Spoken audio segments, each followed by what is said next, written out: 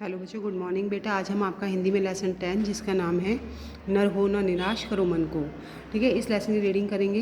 तो यह जो कविता है ये मैथिली शरण गुप्त द्वारा रचित है, जिसमें उन्होंने मनुष्य को कभी भी निराश ना होकर हमेशा आगे बढ़ते रहने के लिए जो है प्रोत्साहित किया है। ठीक है, तो चलिए स्टार्ट करते हैं। लिखा है, नर हो न निराश करो मन को, कुछ काम करो कुछ काम करो, जग में रहकर कुछ नाम करो।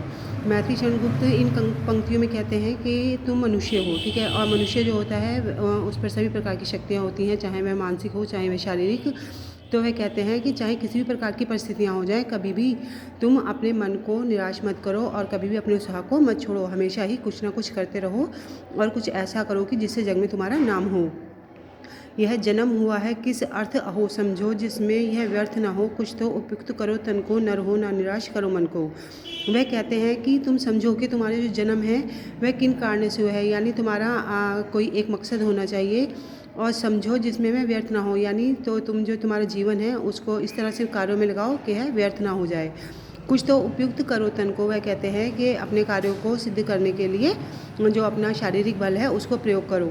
नर हो ना निराश करो मन को, यानी तुम मनुष्य हो, कभी भी किसी भी परिस्थितियाँ हो आप अपने आप को कभी भी निराश ना करें।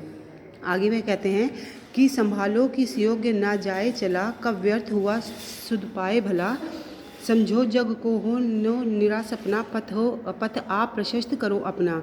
वह कहते हैं कि जो सत्य से परिपूर्ण, ठीक है, जो सत्य से परिपूर्ण होते हैं और जो समुचित यानी पूर्ण रूप से किया गया कार्य होता है वह कभी भी व्यर्थ नहीं जाता। और उसको जब हम उसको करते हैं तो उसका हमें कोई ना कोई लाभ अवश्य मिलता है। समझो जग को ना निराश अपना, वह कहते हैं कि जग को केवल व्यर्थ मत समझो कि आप आए खाए पिए हंसे बोले, इस प्रकार से खाली केवल अपना जीवन व्यर्थ ना करो। पथ अपना प्रशस्त करो, यानी अपना एक उद्देश्य बनाओ और उद्देश्य को प्राप्त करो। अखिलेश्वर है आलम्बन का। अखिलेश्वर माने होता है परमात्मा, ठीक है, अवलंबन होता है सहारा। तो वे कहते हैं कि जब तुम इस जग में आए हो तो अपने मन को दृढ़ करो और ईश्वर का सहारा लेकर आगे बढ़ते रहो। नर हो न निराश करो मन को, और तुम मनुष्य हो, कभी भी अपने उत्साह को मत छोड़ो।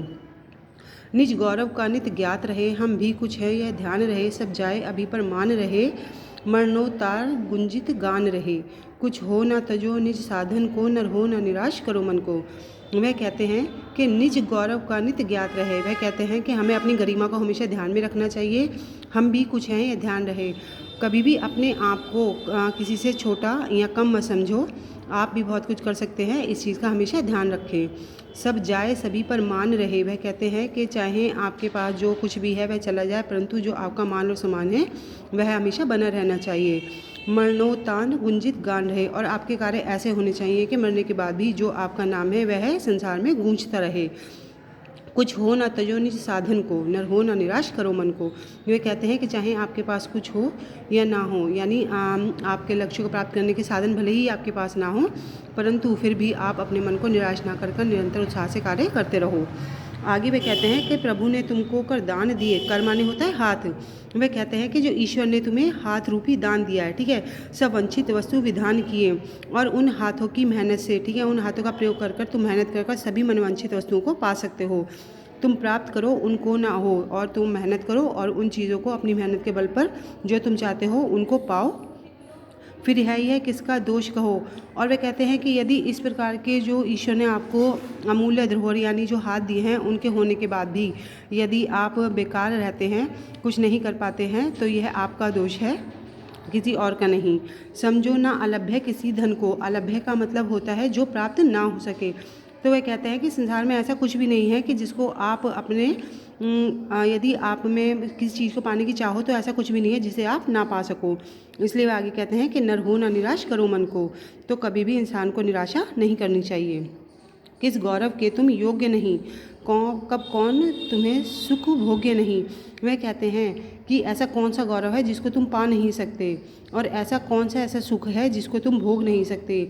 जन हो तुम भी जगदीश्वर के, वह कहते हैं कि तुम भी ईश्वर के ही बनाए हुई रचना हो, यानी ईश्वर के बनाए हुए व्यक्ति हो। फिर दुर्लभ क्या उनके जन को, तो जो इस चीज़ को ईश्वर ने बनाया है उसके लिए कुछ भी चीज़ जो है वह दुर्लभ नहीं है, यानी वह सब कुछ प्राप्त कर सकता है। तो नर हो न निराश करो मन को, इसलिए कभी भी अपने मन को निराश नहीं करना चाहिए। आगे वह कहते हैं कि करके विधिवत ना खेद करो। वह विधिवत का माना होता है भाग्य पर रहकर।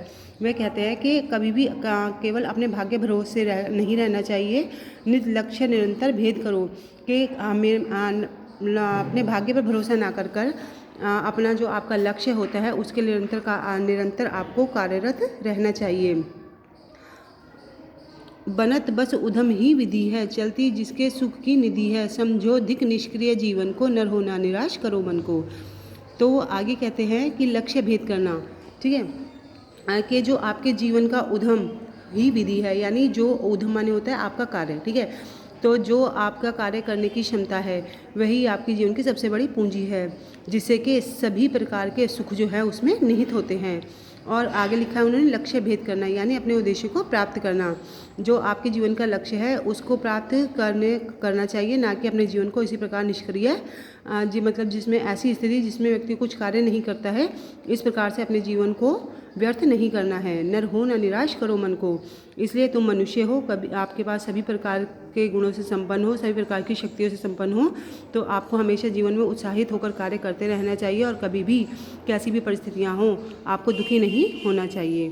तो यह इस कविता का सार था जो मैंने आपको समझा दिया। बाकी इससे पाठ से संबंधित जो भी कार्य है वह आपको PDF से दे दिया जाएगा, ठीक है। और आप इसकी एक बार खुद रीडिंग करेंगे तो ये आपको और अच्छे से समझ में आ जाएगा।